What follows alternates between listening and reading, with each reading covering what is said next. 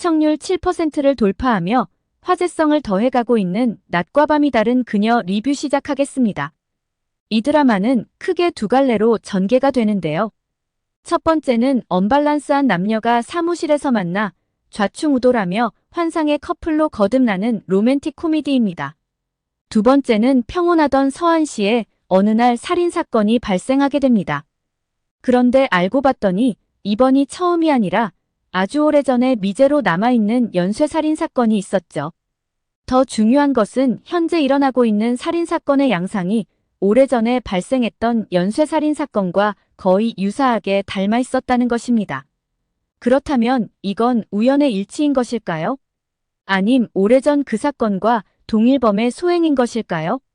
계지웅이 서한지청으로 발령을 받자마자 기다렸다는 듯이 여러 가지 일들이 일어나는데요. 아이돌 그룹 멤버인 탑스타 고원을 향한 염산 테러와 50대 여성이 한밤중에 살해를 당하게 됩니다. 또한 8년 동안 공무원 시험을 준비했으나 불합격의 연속이던 미진에게 50대 임순으로 변한 순간 시니어 인턴으로 합격하게 되는 행운까지 일어나게 되죠. 이 모든 것을 우연이라고만 볼 수 있을까요? 계징운 검사가 서한지청으로 발령을 자처한 것도 자신이 반드시 해결해야만 하는 오래된 과제가 있기 때문입니다. 바로 자신의 엄마의 죽음이죠. 서한에서는 오래전 부녀 연쇄살인 사건이 발생했었는데요. 하지만 끝내 범인은 잡지 못했고 결국 미제 사건으로 남게 되었죠. 현재 이정은 배우의 임순이라는 이름 또한 미진의 이모 이름입니다. 그 또한 오래전 이곳 서한에서 연쇄 실종 사건이 발생할 당시 실종되었는데요.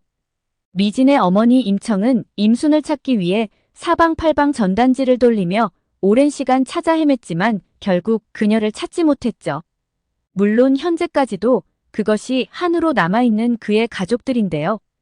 그래서 사망 신고도 하지 못한 채 현재 임순의 이름은 그대로 남아있는 상태입니다. 우리가 행하는 대부분의 행동에는 이유가 있습니다. 마찬가지로 이미진이 자고 일어났더니 50대 임순으로 변해 있었는데요. 그렇다면 낮과 밤이 다른 그녀로 만든 것에도 작가가 의도한 바가 있지 않을까 싶습니다. 이미진이 50대 임순으로 변할 당시를 돌이켜보면 치즈색 고양이가 옥탑방에서 임순의 실종 전단지를 보고 있는 장면을 볼 수 있는데요. 어쩌면 임순으로 변하게 만든 건 미진이 임순의 사건을 파헤치게 만들기 위한 의도가 아닐까 싶은 생각이 듭니다. 또한 8년 동안 실패하던 공무원 시험을 50대 임순이 단 한 번에 합격한 것도 서한지청에서 그가 해야 할 무언가가 있지 않을까 싶은 생각이 들죠. 특히나 임순은 고원 테러 사건을 계기로 계지웅과 안면을 트게 되었는데요. 또한 고원을 구조한 덕분에 결국 계지웅 사무실 사무원 보조로까지 들어가게 되었죠. 이렇게 계지웅과 임순은 어떻게든 연결될 수밖에 없는 운명이 아닐까 싶은 생각이 듭니다. 그런데 최근 들어 우연인지는 알 수 없으나 조용한 서한의 실종 사건과 사망 사건이 다시 발생하고 있습니다. 미진과 계지웅이 헌책방에서 서한시 연쇄살인 사건의 자료가 들어있던 봉투를 찾고 있던 중 살해 사건이 발생했다는 연락을 받고 급히 그 장소로 이동하는데요. 사고 장소를 유심히 관찰하던 계검사는 범인의 것으로 보이는 은색 SUV 차량을 발견하고 뒤쫓아가지만 결국 놓치고 맙니다. 그런데 하필 살해범이 도주하는 방향이 미진이 있는 헌책방 방향인데요. 미진은 길을 걸어가던 중 달려오던 차량을 마주하게 되고 그 차량에서 이상한 냄새를 맡게 되죠. 그렇게 의도치 않게 살해범 목격자가 되어버린 미진은 위험에 처하게 됩니다. 그런데 최근 또 한 사람의 실종자가 발생한 것 같습니다. 바로 서한지청에서 일하고 있던 고나흔 인턴이죠. 그는 전직 군인 출신으로 훈련 중 다리를 다쳐 몸이 불편한데요. 하지만 그는 누구보다 밝고 긍정적이며 열심히 일하는 사람이었죠. 퇴근길에 자신의 딸과 다정하게 통화하는 장면이 나왔었는데요. 힘들지 않냐는 딸의 걱정에 그는 이렇게 말합니다.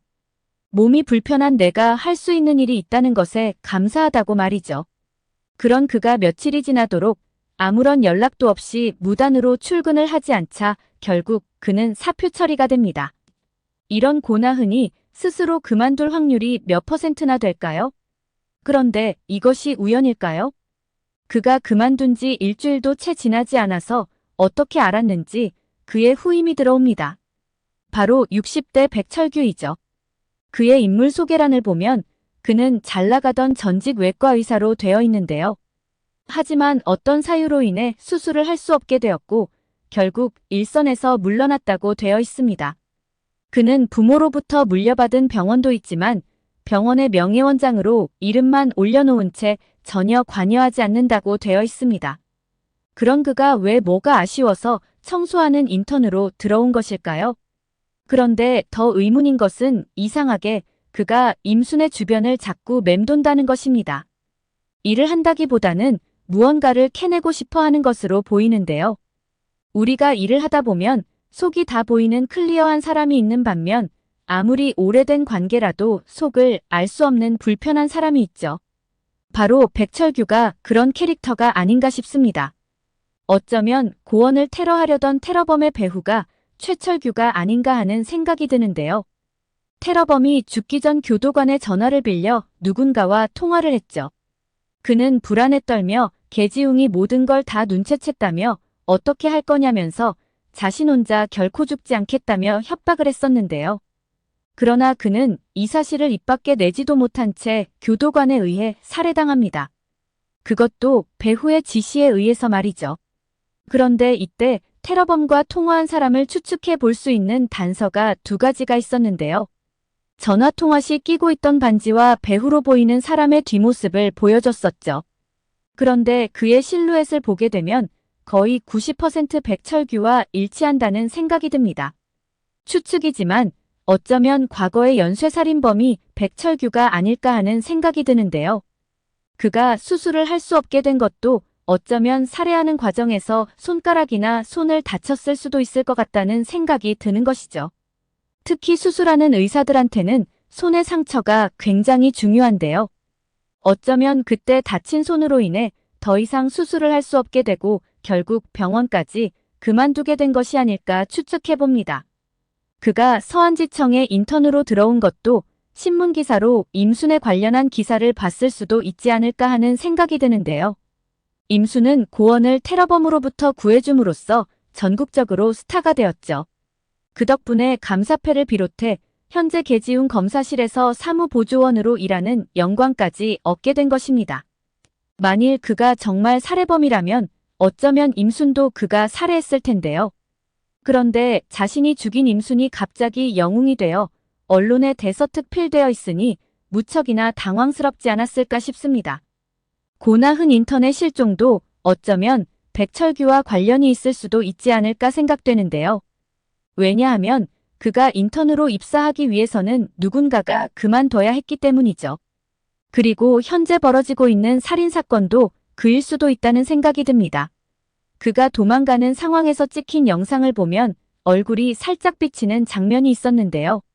명확하게 보이지는 않지만 그 또한 젊은 사람은 아닌 것으로 보이죠. 그런데 오래전 연쇄살인사건과 현재 벌어지고 있는 살인사건 수사에서 중요한 역할을 하는 한 사람이 있을 것 같은데요. 바로 인턴 서말태입니다. 오래전 서안에서 연쇄살인사건이 발생했을 때 수사하던 경찰이 바로 그였는데요. 인물 소개란에 보면 그 또한 신참 시절 벌어진 서안시 연쇄실종 사건을 해결하지 못한 게 천추의 한으로 남아있다고 되어 있죠. 또한 매사에 의욕적이고 물불안 가리는 임순 여사가 딱 자신의 스타일이라고 되어 있는데요. 임순이 검사실 실무관 보조로 들어가자 후배 파트너 대하듯 사건을 해결할 수 있도록 물심양면 도움을 베푼다고도 되어 있죠. 그는 우연히 계지웅이 당시 자신이 하던 수사를 현재도 하고 있다는 사실을 알게 될 것 같습니다. 그 또한 한으로 남았던 수사이기에 누구보다 그 당시 상황을 생생하게 기억을 하고 있을 텐데요. 그래서 계지웅과 공조를 통해 다시 수사를 이어가지 않을까 싶습니다.